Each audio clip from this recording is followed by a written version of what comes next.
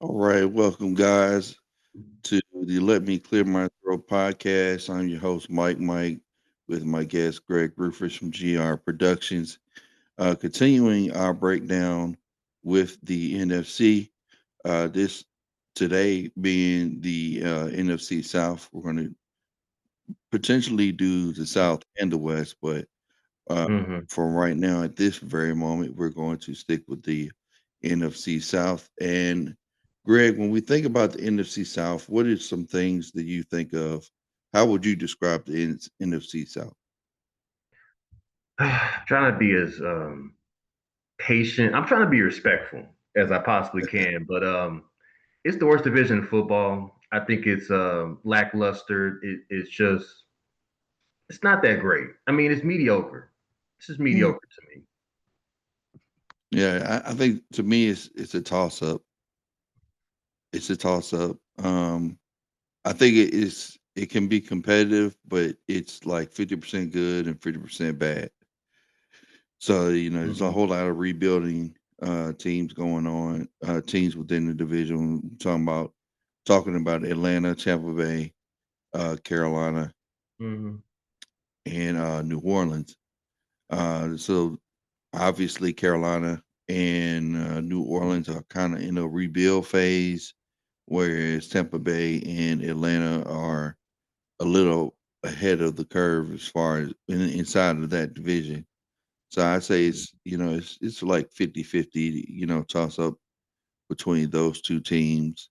But, history, they've been it's a fun, exciting league, division. A lot of legends have come through that division. You think of Tom Brady, a brief stint with Tampa Bay. You think about even Michael Vick with the Atlanta Falcons and the success they've had coming through Hmm. that division. Drew And then Brees. Drew Brees, of course. Drew Brees, Tony Dungy and Cam Super Newton. Bowl time. Yep, Cam Newton. So each team in this division, NFC South, has had their share of success in the NFL. This year being, uh, you know, as all organizations go, having to rebuild from the top, from the past legends from the past to where they are now.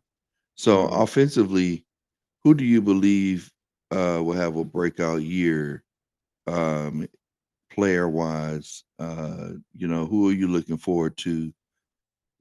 Perform and basically have a career year in the NFC South. Well, even though last year he was Players or player, yeah, a player, well, for one, this guy he just blossom, because of the Kirk Cousins situation. yeah, Michael Penix Jr. I feel like he's going to be. We saw a little bit last year, and I felt like they pulled the trigger too late for Michael Penix to start. I feel like Kirk Cousins just he got hurt. I don't know if you saw the Netflix series Quarterback. Like he got hurt, and he kept mm, playing maybe like four more games after that, and they just struggled. Just yeah, dead, and yeah. it kind of cost them the playoffs. To me, I mean, it was a winner get in situation against Carolina. They lost. But yeah, I think Michael Penix has all the tools to elevate his game from last year to this year. I feel like he's going to be that guy in the division to me. Yeah, I think so too. There are a lot of players I'm anxious to look at within this division. Like you said, Michael Penix. I'm looking forward to see how he distributes the ball to Drake London. Michael Pitts. You got Bijan Robinson in there at running back. I think he's going to have a really good year. Hmm. All of their skill positions, Atlantic skill positions, as far as strength of the schedule goes, rank in the top 10. And Hmm. so, record wise and schedule wise, I think Atlanta has a good advantage. And then we think about Bryce Young and his development. Hmm. Their rookie wide receiver. I don't want to mispronounce his name, but McMillan. T. Yeah, I just call him T. McMillan. T. McMillan. Yeah, he's good. He's He's good. he's gotten some. some high praise this offseason. And then when you look at the Bucks, their overall concern is health at Hmm. their skill positions. Uh, so you got Evans at wide receiver, and then they have another rookie named Amika Ibuka, uh, who from Tampa Bay, uh, that could have a great year as well. And then you have Old Faithful, uh, Alvin Kamara, who's Hmm. pretty much the only, I would say, probably healthy weapon in New Orleans. So it, Well, I like Chris Olave, but he gets too many oh yeah, concussions. yeah, Yeah, Olave, yeah, yeah, he gets too he's. many concussions. I guess the only reason why I probably didn't think of him was probably because of concussion issues Hmm. that he's had in the past. But yeah, he is a really good receiver Hmm. um, to rely on. So it's some really good, some potential breakouts. But yeah, I would agree that probably Penix would be the biggest, and then probably next to John Robinson. Yeah, yeah, yeah, Um, but who do you give the edge to? Because we did not mention uh, your probably second hated yeah. quarterback and Baker Mayfield, as you stated yesterday. We were talking about the NFC North. Hmm. Uh, who do you give the edge to in this division between Baker Mayfield? Let's just say between Baker Mayfield and Penix. Okay. I'm glad you mentioned the Saints quarterback because I don't even know who the starter will be. Well, they saying Rattler, but Nah, just tank for Archie. That's what they're doing. That should be the same. Like, just go 0-16. Like, don't even just forfeit the yeah, season. Like, trade Alvin Kamara, just start over. Because Alvin Kamara deserves better. He really does. Yeah, I go with Michael Penix. I just Baker has the arm. Like, I don't want to take that away from yeah, Baker Mayfield. He has a slingshot arm. I just don't like his attitude. I don't like his decision making. I don't think he's that great of a leader. Yeah, I would take Michael Penix over Baker, but he's just think about what Baker has done his career. Like, he's on the verge of being labeled overrated to me. Like, he's on that teeter yeah, line. Like, he's got to do something. I mean, he's won one playoff game, granted against us. That debacle we were going through. Like, he won a playoff game, but from team to team to team, this is his Tampa Bay's his fourth team. I want more from Baker. Like, I mean, and Mike Evans, I mean, he needs to go somewhere. I feel like he needs to get traded to a contending team. Like, if they don't do something this year, yeah. next He's something, yeah, he he's he needs to extremely go. loyal to Tampa Bay. Well, establish his roots. He's Mm, surefire Hall of Famer. surefire. Yeah. Uh, yeah, He's got a ring. Maybe he has a championship. He's like, maybe he's content. But I mean, yeah, I say that it's Michael Penix Jr. I think he's the guy, and he's a left-handed quarterback. I my thing for left-handed yeah. quarterbacks Just like Michael Vick. and Yeah, Michael Vick too. I mean, he's a playmaker. I don't know. Like, he makes it look more smooth though. Like, Michael Vick made it smooth. yeah. Michael Penix makes it smooth. It's just certain left-handers like Steve Young, like, kind of quirky, but it's effective, But I like the accuracy of Penix, how he throws the ball. He had a mhm, lot of really good protection in Washington um, when he was playing there, and mhm. I think Atlanta really recognized that, and they'll to translate in Atlanta. So I give it the edge to Penix as well.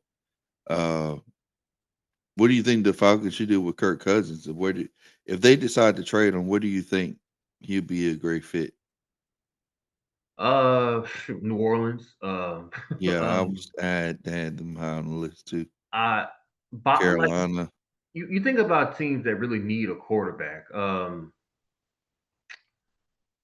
I mean, contending team. Would it be a contending team though? It's the question. I don't think it'll be a contending team. I think it'll be like a mediocre slash.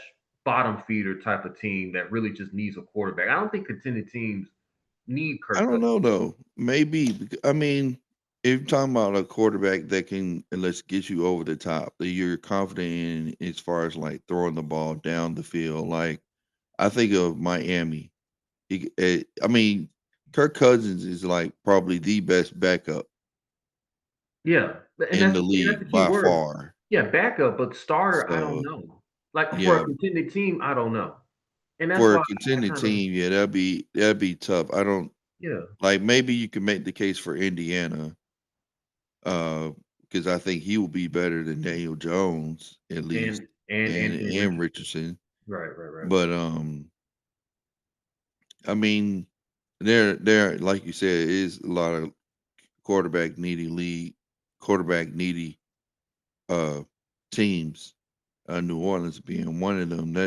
That goes into the next question because what do we think about the New Orleans quarterback room?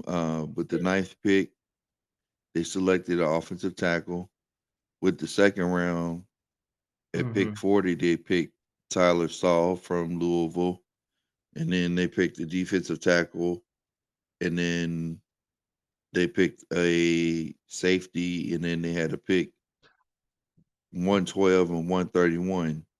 And I guess my question is, do you think the Saints regret not passing up on Shadur Sanders, who went at 144? Yeah, they should have got Shador Sanders. I don't know why they passed up and got Tyler Shrew. How you say his last name? So So or Sal or something Sal, like that. he's not good. He's not good. I've seen a couple of his preseason games. He's not great. Yeah, They should have got Shador. I don't know why they passed up on him. And Spencer Rattler yeah. makes no sense to me. Unless they have another, like you said, maybe I think they're tanking for Archie Manning. I don't know, but I They still may don't understand be why. they may be tanking for Archie Manning. Right. Um, I mean, I think I put a video out maybe 2 months ago saying how New Orleans is going to regret not picking um Shadur after Derek Carr retired, and also just thinking about what has been reported, I believe just yesterday, regarding Shadur and the NFL uh, Hall of Famer Eric Dickerson said, "quote What I've heard from someone that's in the NFL, uh, that they were told not to draft Shadur. The teams were told not to draft Shadur. They were going to make him an example out of him." And this came from a very good source. He said, and I quote, "I don't want to say who, but someone called Cleveland and said, don't do that. Don't take him or don't draft him because they weren't going, and that Cleveland basically wasn't going to draft him either. Right. And clearly, I mean, they picked Gabriel before Shadur, so it didn't make sense to draft Shadur according for them to bring Yeah, in another quarterback. that's true. Mike, can you But pause right quick? I gotta take care of something right quick. I'll be right back. Okay. so there's basically a collusion effort to prevent or to teach Shadur a lesson and hold him out. Hmm. What do you think about that on that reporting? About the Shador Sanders part. I mean, I figured it's just the way he's been carrying himself. I mean, I get that he's Shador's good, but the way it was happening before the draft, all the talk, all the it was brought on himself. Unfortunately, all the flash that he was doing, all the press, everything. But to me, like it was unnecessary. He should have been drafted way before he got drafted. Teams are trying to send a message to him. The old NFL cliche. I don't like it. I hate this old man club rule NFL has. But Shador has way more talent than being a 6 round pick. Like he Yeah, should have been third, fourth, third round, fifth he should round, have been first round. first round, maybe That second was his round. grade. His grade was a first round grade, Right. and everyone has the decide they make their own decision what they feel is Hmm. best. But I Hmm. mean, he had a first round grade. There was no reason for him to drop to the fifth No way. round And for of Dylan the draft. Gabriel and for Dylan Gabriel to make that comment about the entertainers, some people are here to entertain. I'm here to compete. Look, I know what he was trying to say. It was stupid. Like I know he probably did mean the media, but it was the way he said it. Like you're taking a swipe at the media one, but you're kind of taking a swipe at Shador Sanders. So I want him to be the number two backup so bad. Shador. I don't know what Kevin Stefanski is thinking at this point. Who's his backup? I know Joe Flacco's the starter. Um, Yeah, I think it would be either one of them, but both of them are kind of in a really messed up situation, to be honest. I mhm, mean, I kind of feel for Gabriel in one sense, but I think with Shadur, I get that people were turned off by maybe his demeanor and how he came off, but the way he's played, I think the light switch has gone off where he's not going to make himself bigger than the team. mhm, But if this whole thing is true, though, that the NFL is pretty much colluded to teach him a lesson and keep him from getting drafted, I think that's really a bad look for the yeah, NFL. I couldn't agree. I agree. I agree. Even if you don't like him, but if the NFL actually was intentionally trying to keep Shadur or tell teams do not draft Shadur because we want to teach him a lesson, I think that's unfair. I don't think Right. that's right. But I New agree. Orleans could definitely be or could have been the team that Shador could be playing for, and it'll make that division a whole lot more interesting. I mean, he could be the face of the New Orleans Saints right Hmm. now, and we'd be talking about him a little bit different. Uh, he'll be in a better situation than he is in Cleveland. But I think overall, Shadur has handled the situation very well. His playing time and his time in Cleveland pretty well. Hmm. I just think So, New mm, Orleans knows what they're doing.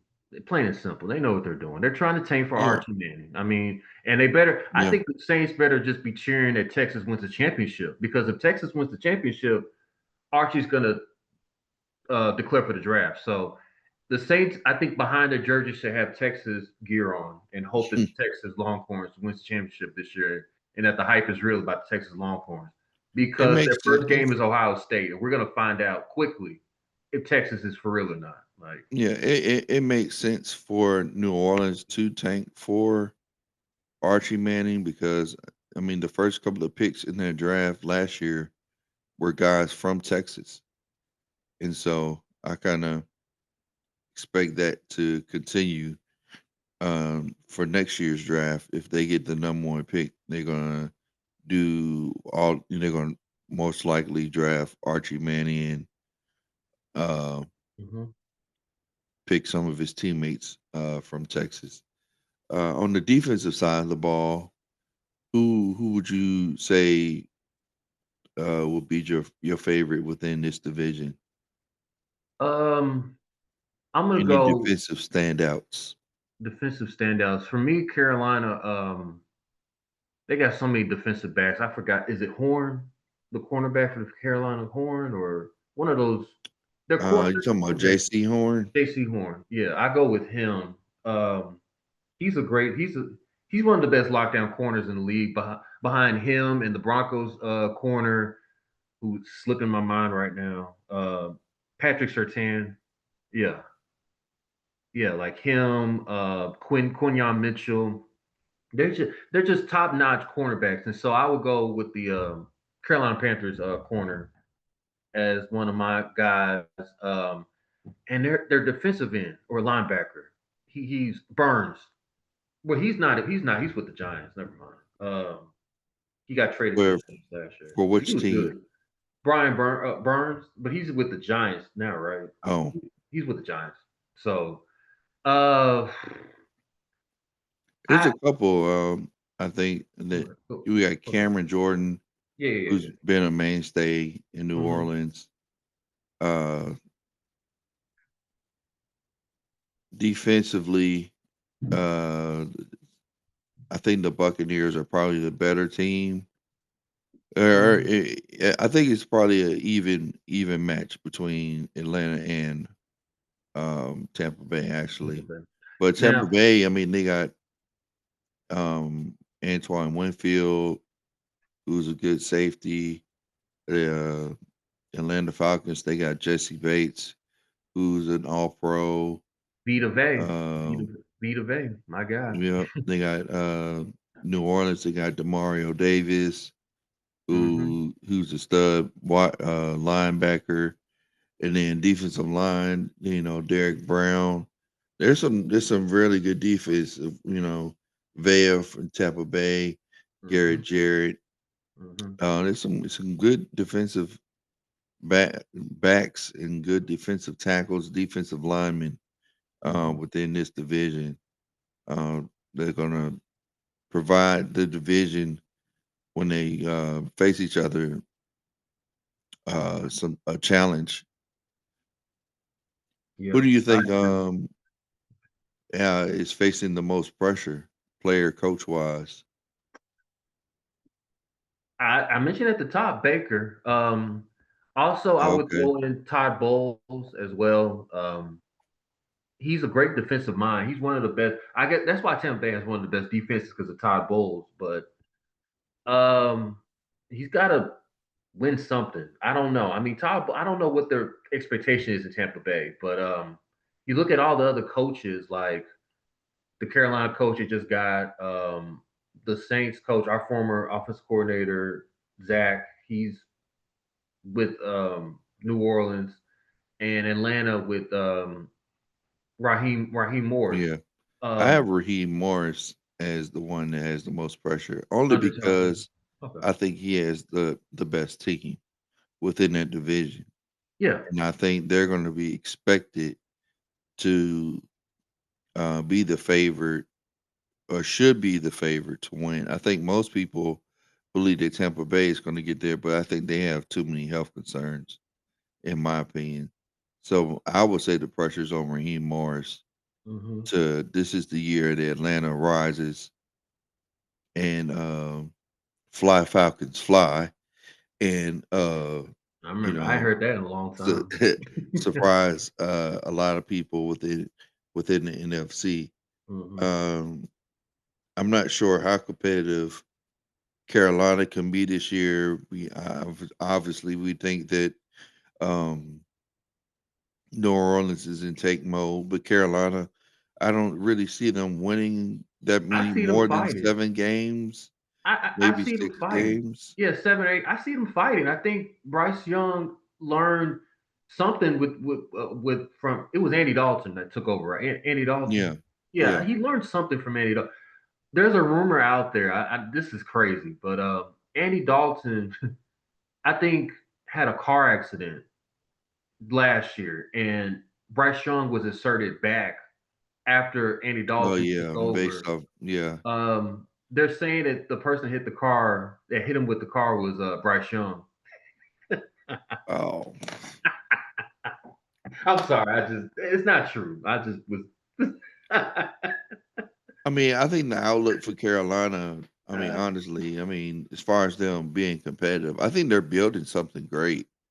I mean, yeah. they're building little by little. Carolina Panthers are looking to build off, a late season surge Mhm. from basically being knocked out of contention.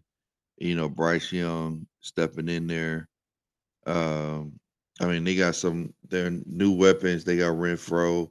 I think they have Thielen also, who's like a PPR machine, was their most reliable wide receiver last year.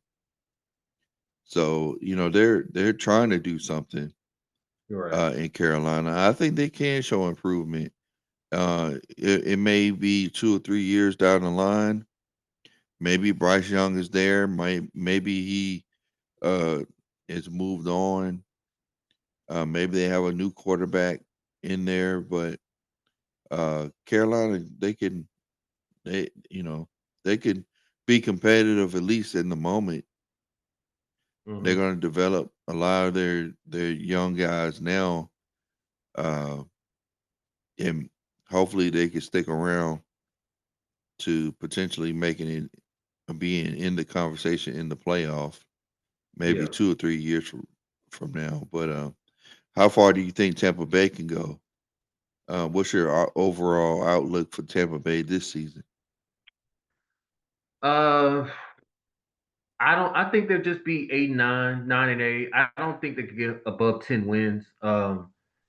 I think if Atlanta is who we say they are, and they should be who they say they are, they should roll this division more than 10 wins, 10, 11, around 10, 11 mark for Atlanta Falcons. If they are who they say they are, in the words of Herm Edwards, like they should be a playoff team. And I think at Tampa Bay 7 or 8 wins, 9 wins, miss the playoffs. Like Atlanta's just better to me. Yeah, I mean how Tampa Bay starts the season will determine how they finish. I think they're right now they're probably cautiously optimistic about their prospects of how they're going to play.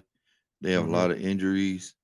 They're starting a lot of new guys. They still got some solid players. You got Evans, you got Bucky Irvin in the backfield, you got Mayfield throwing the ball.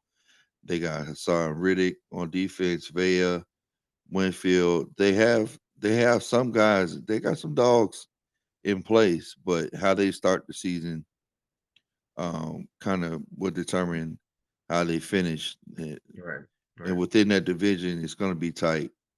So I don't want to completely write off Tampa Bay, but it's pretty much a two-man race Hmm. between them. With health is going to be crucial for the Bucks. Yeah. So I'm pretty sure. I'm not sure if you answered this or not, but I mean, who are you picking Atlanta to win the division, Yeah. or are you siding with the Bucks? Of course, I'm riding with the Falcons. You say it's a two-man race. I assume Atlanta, Tampa Bay. I think it's Yeah, going to be Atlanta, Carolina. I think Tampa Bay is the third, you think Tampa Bay falls off? Paul's third. And I think New Orleans by default is going to be the last team. I think Carolina has the defense and they have Bryce Young's confidence. To me, makes it a fight between Carolina and Atlanta. So, but I give the edge to, of course, to Atlanta. I think you think about Drake London, you think about the weapons that Atlanta has, Bryce, Bijan Robertson, Michael Penix. Like Atlanta should roll in this division to me. And if it Yeah, is, yeah, mention your point about Raheem Morris, yeah, he should be on a chopping block if he doesn't do anything with this. I mean, you're right. yeah. I think I'm picking Atlanta to win this division. I'm picking Tampa Bay second. I think Tampa Bay does make the playoffs in the wild card. Mm, Um, that's not a matchup. That's not a matchup. I do not want to see Tampa Bay in a wild card game. That's one of those three they'll o'clock be a Saturday night. scary team. No, it ain't gonna They could be a scary team. be. I don't know. I know you sound like you're down on the that division, but I think Atlanta and Tampa Bay might pull a couple of upsets. Yeah, I mean, yeah, you know how it is in I the don't think they'll season. make it to the Super Bowl. I don't think either of them will make it to the Super Bowl. Ooh, Atlanta doesn't make the. I don't think Atlanta or Tampa Bay will make it to the Super Bowl, I but don't know. I think at least one of them will advance to the second round. Yeah. Oh yeah, yeah. Especially if I mean, yeah. But I think wild card wise for Tampa Bay, I do not want to see them. That's the least attractive Somebody got to team I get want to in. see. Somebody got to take that last spot. You're right. Unfortunately, because there's seven, they add that seven spot, which is stupid, and it makes one of the teams, the second team, seeded team, play the opening round. And it's just to me, NFL just need to go back to the old format. Two teams get a bye. I don't get this add a wild card team. It makes no sense. More money. It's not been competitive. None of the games have been competitive since they added this. Like I hate it. I just hate it. It's But a money it's move. money. It's money. Yeah. So uh, it's Tampa Bay. That wild card team reminds me of that 3 o'clock Saturday afternoon game. You're like, I don't want to watch this, but it's right here, so ain't nothing else on. Yeah, might as well. Like it's one of those. Yeah, you can spend time with your significant other game. But call it what it is. Like Wow. no, yeah. Wow. All right. So what's your fantasy football lineup from this division? Ooh, okay. Mention quarterback Bijan. I'm sorry. Michael Penix, quarterback, running back Bijan. My other running back Alvin Kamara, Old Faithful. He is there. He is. Three receivers. Drake London. He's a dog. Um, I was gonna go Chris Olave and Mm. Mike Evans. Although Chris Olave really scares me though. Like, he really scares me. He takes so many risks down the field. And Derek Carr was throwing medicine balls at him. I think that Like, was he was just a product of bad quarterbacking the way he was getting hit. yeah, Derek Carr. Like Derek Carr throwing medicine balls down the middle makes no sense. I It's mean, not going to get better. it's not. It's not with Spencer Rattler and Tyler. It's not going to get better. But he's going to make plays. He's going to try to make plays the best he can. Um, my flex player, I like Moody, the Atlanta Mm, Falcons receiver. I like him. mm-hmm. Darnell Moody. I Darnell like Mooney. Yeah. him.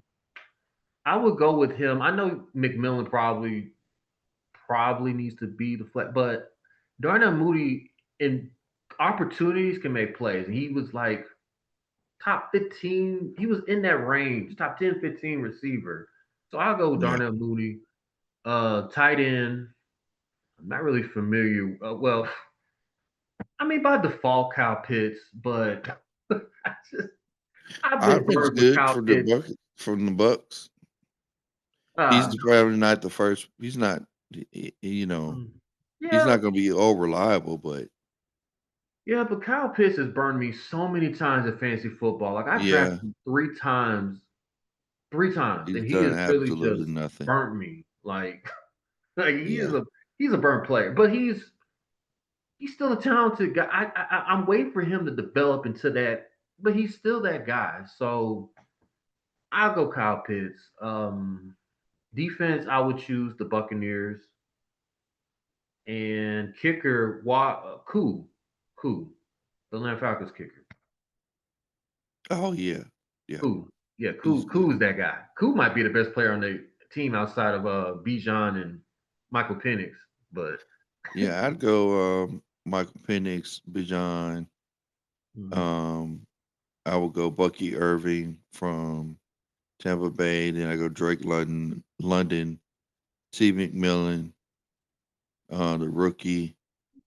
I go Mike Evans. mhm, I'll take a flyer on Michael Pitts. I'll take a flyer on him. We'll yeah, see. Yeah, he whatever. I'm not excited about it, but yeah. And then mhm, cool. And then defensively, yeah, I would go. Um, I go probably Tampa Bay with their defense. They have an all pro pretty much at all three levels. So I give defense probably the edge to Tampa Bay. mhm. Yeah. Yeah. That makes sense. Makes sense. So tonight the Eagles play the Jets. Ain't I'm not gonna watch 1 minute of this game, but I'll watch the highlights. There's not a whole lot. I mean, this is the last preseason game for all of them. The Mhm. Vikings, they play the Titans. On CBS 7 p.m. Um, yep, at CVS. Falcons, Mhm. they play the Cowboys.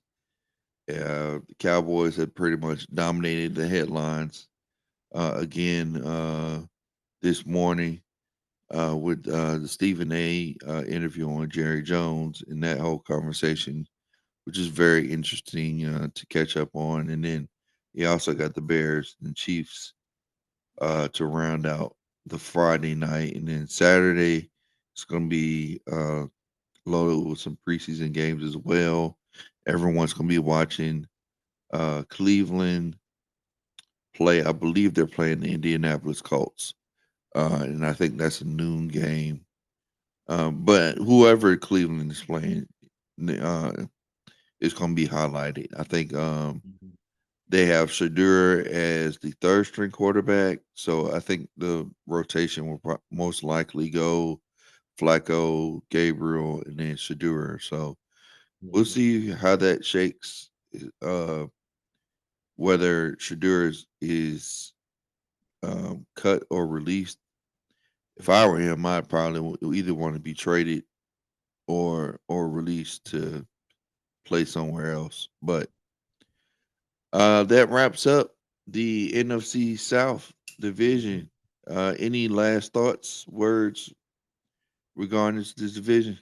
I hope I'm wrong about how sorry this division is gonna might possibly be. I hope it's entertaining some point, but I have a feeling it's gonna be you don't care. Somebody wins the division. Falcons might win it at 9-8 and just who knows, but or they Hmm. can go 11-6, 5, 11 and yeah, Yeah, 11-5, 11 I'm and 6. thinking more so 11-5 Yeah, yeah. for Atlanta, and then Hmm. um, Bucks maybe if they win 10 games, that'll be solid.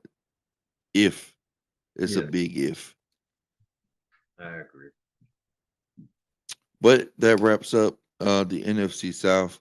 Thanks, Greg, for your input and analysis, and we will continue our coverage of the NFC with the NFC West. Look forward to that podcast coming up. Again, subscribe to Let Me Clear My Throat as well as GR Productions. I'm your host, Mike. Peace out. Peace.